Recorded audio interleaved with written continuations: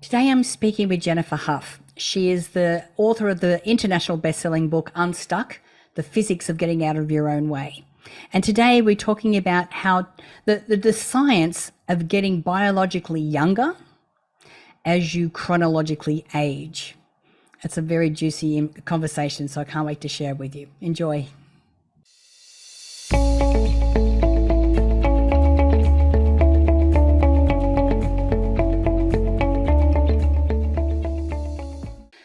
Well, hello everyone, and welcome to the podcast for this week. This week, I have a really good friend of mine. She is what you would call a sensuality expert. Her name is the amazing Jennifer Hough. So, hello, darling. How are you? Hello, gorgeous. I'm so good. I'm so glad to be here. I'm so glad to be here too. Now, guys, those of you who are listening to the podcast, this week, what we'll be talking about is the science of getting biologically younger as you chronologically age. Like, boom, mic drop. Woo woo. I think we're all really interested in finding out how we can do that. And what we're going to be talking about today is a little bit of epigenetics, but I'm assuming it's not just the biological stuff, but it's also our mindset and other things that everything combines into, because, for me, I'm like, age is an attitude. Yeah, sure. I think, feel, act young. And so, I think that comes out in my disposition. So, all right, so let's talk about this. It does actually, Nat, Yeah. having Does known it? you for a long time, it actually really, really does. You're like just a joy to be around. You're ageless. So Oh, thank you, darling. yeah, Now, you're welcome. Jennifer and I have known each other for many years. We go way back. But this is a subject that is near and dear to both of our hearts, and I'm It sure to is. anyone that's listening. So, well, why don't we start with the science, like the biological science kind of thing, first? Like, are there certain practices or foods or, what kind of things should we be looking at if we're looking at how we can reverse or how we can, Right. age slower? Well, how about even reversing our biology? Yeah, right. Right. Okay. Yeah. So this all started to like I got to give a context first so you can understand where these parameters that we're measuring and the biological aspects of this came from. So when I was in my late 20s, I decided I was living on my sailboat because I was working at a big corporate job and it just wasn't fitting. So I had to do something to feel my freedom. So I already was kind of understanding that this job was aging me, but I needed to do something to feel better, but I had no scientific background in that whatsoever. Right. So I decided that I needed to finish the bottom of my boat that I was living on and myself, because it had something called osmosis. Now, probably nobody knows, most people don't know, on the bottom of the boat is epoxy and Cooper's oxide, and there's a whole bunch of stuff that can kill you. But I didn't know that because I was 29. And so I took out a sander and wore one of those cheapo, just little hardware store masks Mm, and with shorts and because I'm thinking, I'm going to be out in the sun, going to get a tan. And I got to tell you, when I started getting migraines, welts coming out my skin, at the time I was teaching aerobics, so I was very fit. And every time I would teach aerobics, the welts would come up. It was because of my lymphatic system was so full. I started getting depressed. And this is from a very happy-go-lucky, very, thriving young lady. And so about 2 years after, it's a long story, I'm not going to tell it, but let's just say I switched careers into being a holistic nutritionist because it was the first thing that started to help me. And I right. grew that nutrition practice to the largest in Canada. One of the things I found out about is getting my biological age tested. And you do that with saliva and urine and blood. And there's a couple of other things you can use too. I also had my hair analyzed. I had my blood test. I had a bunch of stuff done. And back then, what happened was my biological age by that time, I was about 32, 31. My biological age was about 53. Oh, there's a rude shock. Oh my at God. 32. Right. So I come at this from a very real, this happened to me.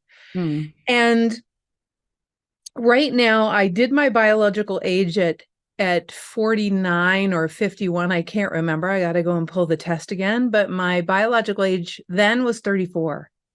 mm, So I want everyone to know that it is entirely possible right. to grow younger as you add years. So what we're looking at is we're looking at the three main factors, biologically speaking, that actually uh, tell you whether you are on the path of, truly thriving into your 70s, 80s, and 90s, Mm, or hundreds, why not? Or whether your body has chosen to shut down. right. So start to close things off. It's time to Mhm. go. Interestingly enough, Natalie, I had a conversation with a client just this morning, and she's part of our Agents of Awakening community, and she actually won a one-on-one with me. So I was talking to her, and it was very clear to me that she had one of these factors. And one of the factors is you have to be very future focused. Right. If you are not future focused, so listen, this is just so cool. This is in my studies over these last decades to figure out, because at first I thought, well, people who have longer telomeres or people who have, guys looking at all these things. And that's true. They do have longer telomeres, but why do they have longer telomeres? Right. So I used to talk about telomeres all the time. And for those of you that don't know what telomeres are, they're the end of your chromosomes. And when they're longer, it means that you are younger of biology. You're not close to your death. And I thought first, everything's about getting your telomeres longer, but it's not. It's getting at the root cause of the telomeres being longer. The one thing that people have in common who have longer telomeres, Natalie, I am sure you will be excited to hear, Yes. is that they are still in their creative mode. They have a sense of purpose. They feel as though everything is possible, and they have literally no plans for retirement. Like retirement is for people who want to play golf the rest of their lives, but these people are just inspired. They do all the things that inspire them. It's not to say that they still have a job. It's not to say that they're carrying the weight of the world. I literally mean that they're emanating the reason they were born. Right. And they're looking for creative ways to do that. So the key is here, it's not so much the purpose, it's the creativity. Right. It's the searching to be creative, and even more so on purpose. Why? So the biological reasons why that's true is because when we are in creative mode, well, we can exemplify that very easily. Look at a 3-year-old playing with Lego. They make things that don't even exist, but in their minds, they completely exist. The humans with the longest telomeres are the little ones. Right. And people thought, well, it's just aging. But I wanted to define that. This is so juicy, man. I wanted to define, what the hell does that mean? Aging. What do you mean aging? You're just going to lay it out there. It's kind of like fibromyalgia. You mean it doesn't tell me anything. It tells me you have achy muscles. Mm, Fibromyalgia, that's what it means. So it doesn't give me anything. Aging doesn't give me anything either. What does it actually mean? What it means is really the process of winding down the bodily functions because they've got no reason left to build anything. Think right. about it. Yep. And these children are like everything to play with. There's everything to play with. And what I know about you is you definitely operate that way. Everything to play with. There's everyone to play with, everything to play with. You're diving deeply into your life, and you definitely have the number one factor, Miss Right. Natalie Ledwell. So that I know is, my two favorite English words that are put together is why not? there you go. I have Yeah. 3 favorite English words. You ready? Yeah. Curious on the adventure. Mm. Curious on the adventure. Well, that's 4. Curious on the adventure. It's Yeah. basically, because that's how a little kid is, totally curious in the adventure. You can kind of feel it in the way I be as well. Hmm. It really does excite me to talk about this stuff, just like a little kid with Legos, Yeah. you know? So that's number 1. Okay. It's the biggest one Right. because if you're Like not it's the curious on, yeah, foundation. go It ahead. sounds like it's the foundation to all of it. Because, Yes. there's plenty of people that, we know that eat well, that exercise and Yep. still get cancer. Or, then you've got the other people who smoke and drink or whatever, and they seem to be living a long life. So, I think that this piece has to be the foundation for the rest of it. Right. Right. Exactly. So let's go back to this client that I was speaking to this morning. Right. Yeah. So when I was speaking to my client, I love her. She lives in Michigan, and she'll know who she is when she's listening. She is so lovely. Anyways, she has had a couple of, let's say, things happen in her life that recently, in the last 10 years, that would make her, as we all do, would make many people want to protect themselves, want to protect their hearts, Right. want to protect their journey, want to kind of shut things down a little bit. Also, she's gone into, onto social security. So, fixed income, although they're prosperous. But also like gotta protect, gotta shut down. You see, this energy is not so the next clue is the difference between this energy, which is expansive, with my hands wide open, it's expansive, or this energy, which is contractive, which is my hands going in towards each other, which means you're actually shutting things down from, it's really about protecting oneself from anything perceptively bad happening, right? Right.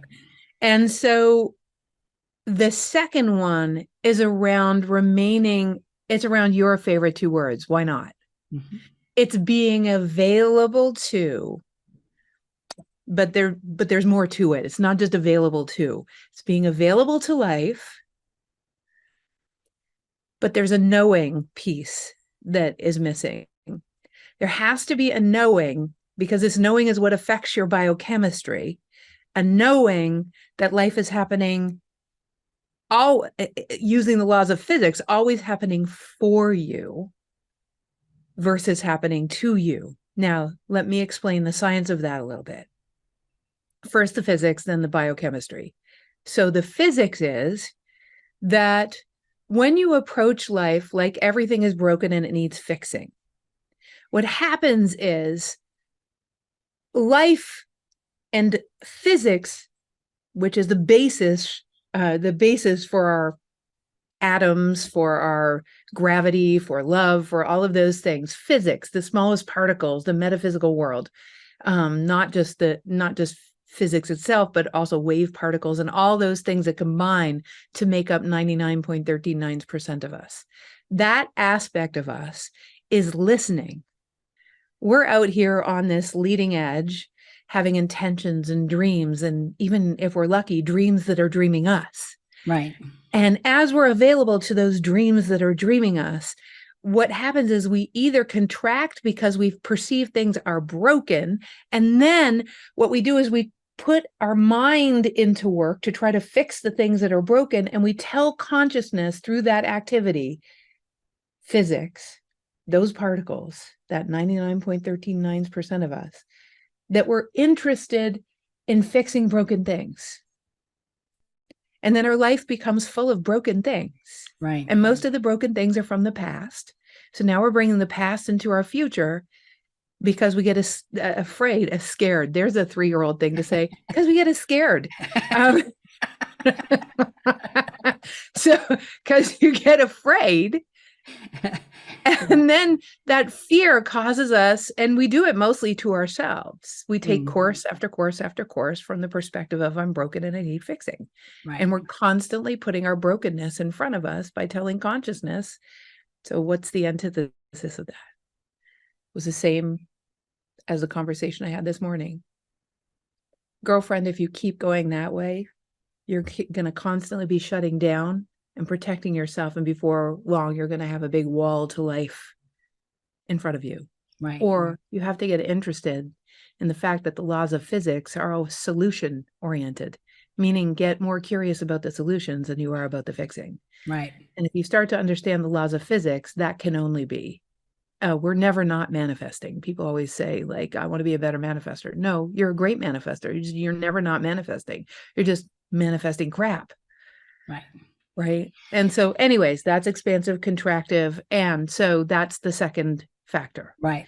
So I yeah. wanted to just touch a little on before we go to the next one, because Yeah.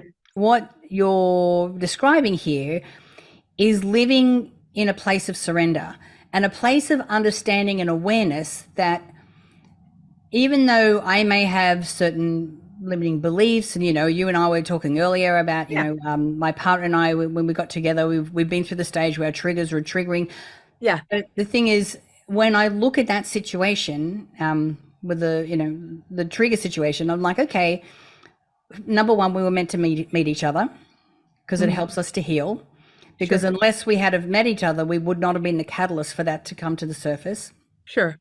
But also that it was divine and meant to be that I had the trigger in the first place, because it fueled me to make certain decisions. Yeah, but fueled me to make certain decisions and to do certain things and to show up in a certain way, so that so it's like taking I think we used to talk about this, the 3,000-foot view, looking from above, looking down and seeing all the pieces and how they fit together. So rather than being emotionally caught up in the situation, being able to detach and look at it as an observer and go, okay, well, let's look at all of these pieces and then how they all fit together, and understanding that that's the case, and I think that when we get into those places, or when we have that understanding and we can live from that place, then life, even though challenges and things come up, you just go, well, I understand that this is meant to be. So what do I do to move past this? What's the solution? How do I deal with this kind of thing? Yeah. And the instant in physics, there's a problem, entanglement theory says that literally instantly there's a solution. Like that is how it works. So are we going to be curious constantly about the problem? Or are we actually going to face forward? It goes back to the idea of future focused. How do I get to the vibrational frequency? How do I get to the radio station where all the good stuff is? Because that's how our lives work. Now, there is a little caveat here that I want to interject, because the biological piece of it is this, that, Bruce Lipton talks all the time about the cells being ready for life, or literally shutting down when we're under stress, when we're having too much cortisol, or, the scary tigers chasing us, whether it's an emotional one or otherwise. And so when we're shut down, our cells don't replicate as quickly, because all of when we're afraid or when we're under stress, what happens is all this cortisol flushes into the body, and all of the blood vessels to non-essential things just shut down, so that you can be present for the stressful thing to get through it. Right now, we're under a lot of stress. So biologically speaking, your cells are in duplication mode. The part of our body that takes the longest to replicate is our bone, which takes 7 years. But the inside of our mouth only takes 2 or 3 hours to replicate new cells. I don't know if you knew that. But wow. Yeah, I know. And everything else in your body is everywhere in between, and they're replicating what was there before. So when you stop the replication process through stress, to things that are non-essential to stress, which is a lot of things in your body, what happens is you age yourself much more quickly. That replication process is what keeps those last cells renewed into the next version of themselves as a new cell. So, and the greatest thing that ages your cells is not just stress by stopping the replication process so that your cells renew. It's also the antioxidants that are produced when you're stressed out, or that you ingest when you're stressed out. Because I don't know about you, but when I'm super stressed out, I'm not exactly eating salads. So Really? no, no, I want me a big plate of lasagna. Yeah. So or chips. Yeah. So the biological effect is far more free radicals in your body so this caveat, there are so many places you can go to learn tools to be able to live this way. I haven't talked about the third thing yet, but I'm not really interested in assisting people. And when you and I, way back when, were having great conversations all the time, Mm. the intention is not to intuit ahas. Ahas are good. I like ahas. Who doesn't? Who doesn't like a good aha? Mm. I'm far, and that definitely does help us. It relieves the pressure. But I thought to myself as I was going through this horrible dark night of the soul with welts coming out my skin, literally the doctor has told me that I should be dying based on what I've ingested. I thought to myself, I don't just want to move through this with the little iterations of the ahas I'm going to get about how I could do this to myself and all that kind of stuff. I want to understand a new operating system. I want to understand how I can actually be different, such that the practices I use would naturally come to me.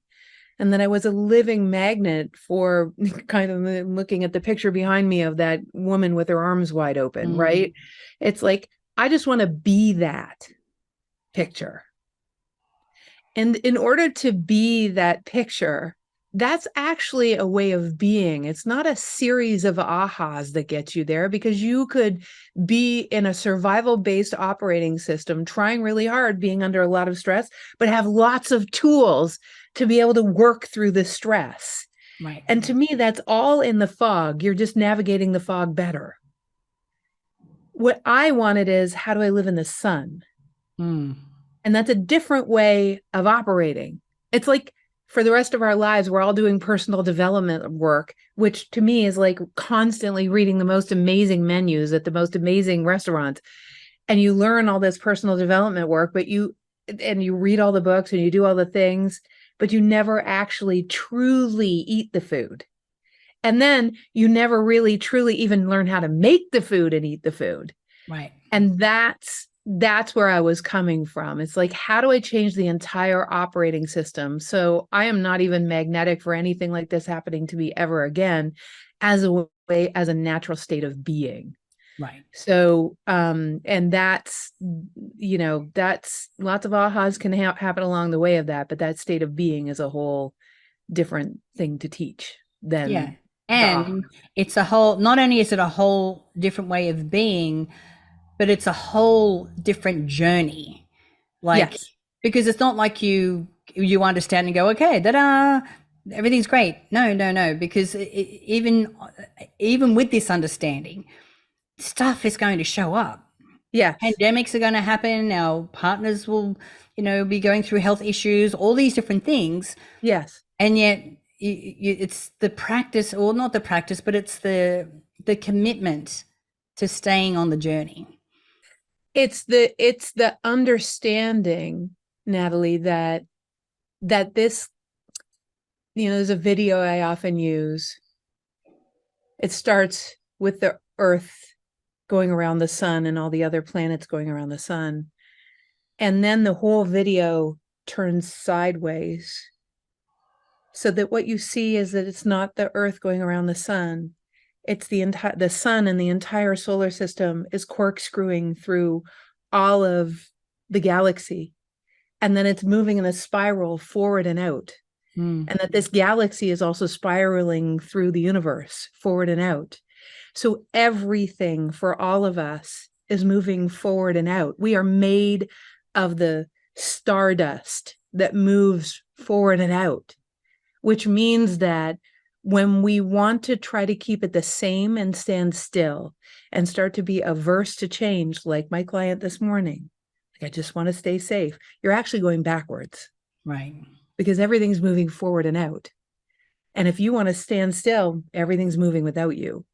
So when you say, so a beingness shift is understanding that our subatomic particles are moving forward and out. Therefore, our lives are meant to be creative. We're Right. meant to move forward and out. And so when we say, I remember a client once, I'm sure you've heard this many times. When is the journey? When is this over? When am I done? Like, when have I done enough courses? When have I fixed myself? Like, when am I truly, I just want to get on with my life. Right. So the last one, as it happens, is understanding that the subatomic particles in your body are moving forward and out. Right. And it really is that you want to live until you die. Is that Marianne Williams, or no, it's that I want to be used up when I die. Right. I want to be all used up. And so that actually exemplifies, and there's stuff along the way. So, but biologically speaking, and like I said, biophysically speaking, all of your cells agreed to house your spirit. And those cells and the atoms of those cells are made up of the stardust that continues to move forward and out in an ever spiraling universe.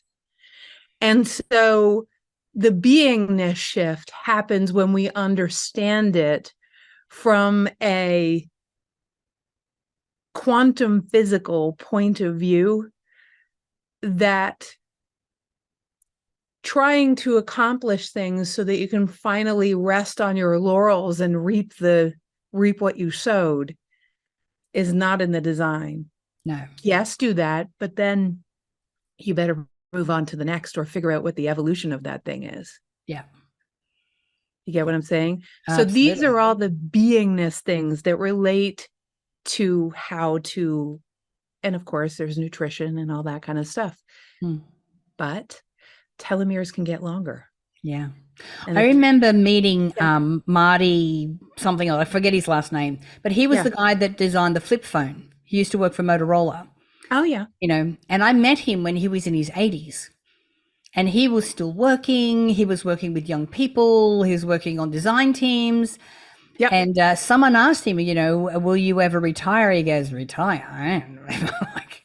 I don't understand the word. Yeah. But he goes, but why would I? Why would I do that? And I met him 15 years ago. So I've always had this, there's always going to be something different, especially if we're doing something that is really feeling like it's fulfilling a purpose, that it's making a difference, that it's making a contribution. To me, that's why would I ever stop doing that?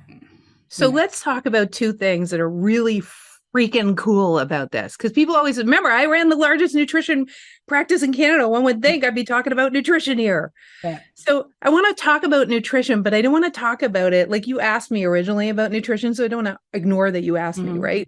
So nutrition is related to everything that I'm talking about. However, it's related magnetically. So imagine that, I've had many clients who have had MS or cancer or these kinds of things, and some of them have been very forward focused. And in their forward focus and their curiosity about the journey and what's been going on and how come their life went the way it did, and in their moving through it all,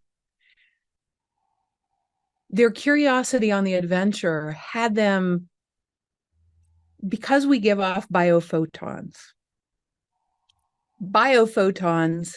tend to communicate a magnetic, and consciousness responds to the magnetics that we emanate.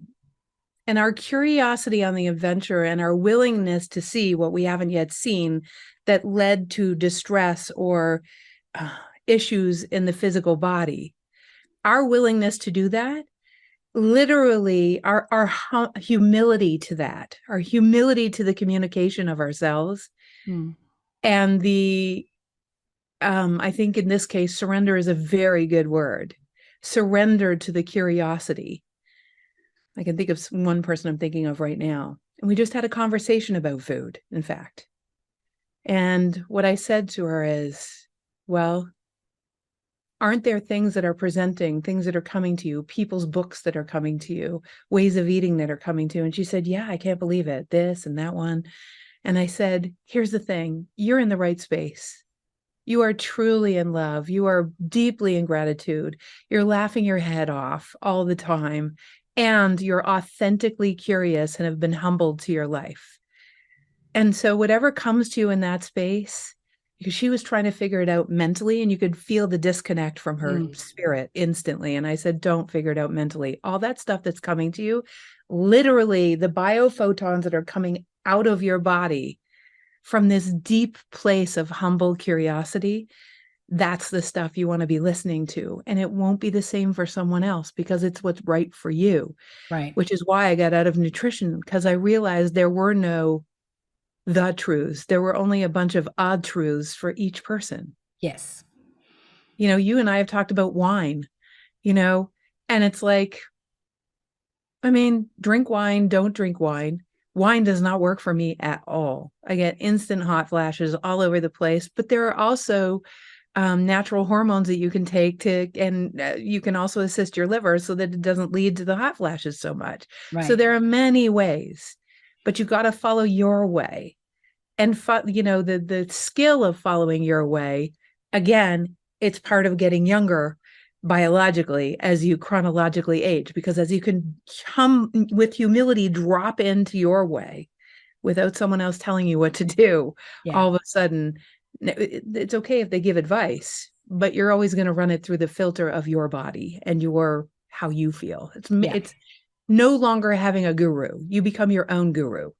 Yeah. So it's another one of those crucial pieces where the mastery is about your ability to listen rather than your ability to give your power away to an expert. Yeah. And, as you were saying before, you and I used to talk all the time. Yeah. And this is what I love about you is that, we have these conversations, and it's not about, okay, you need to do this and you have to apply this, blah, blah, blah. It's how do you get to the point where you can decide for yourself what is the best choice for you? And if anyone has been listening to this podcast and goes, wow, like we seriously have just scratched the surface today in this conversation. And having these regular conversations helps you to embody everything that we've been talking about. Right. So, and I know that you have an amazing community. So tell us a little bit about that, the Agents of Awakening. So the Agents of Awakening are all people, bit unicorny, Nat.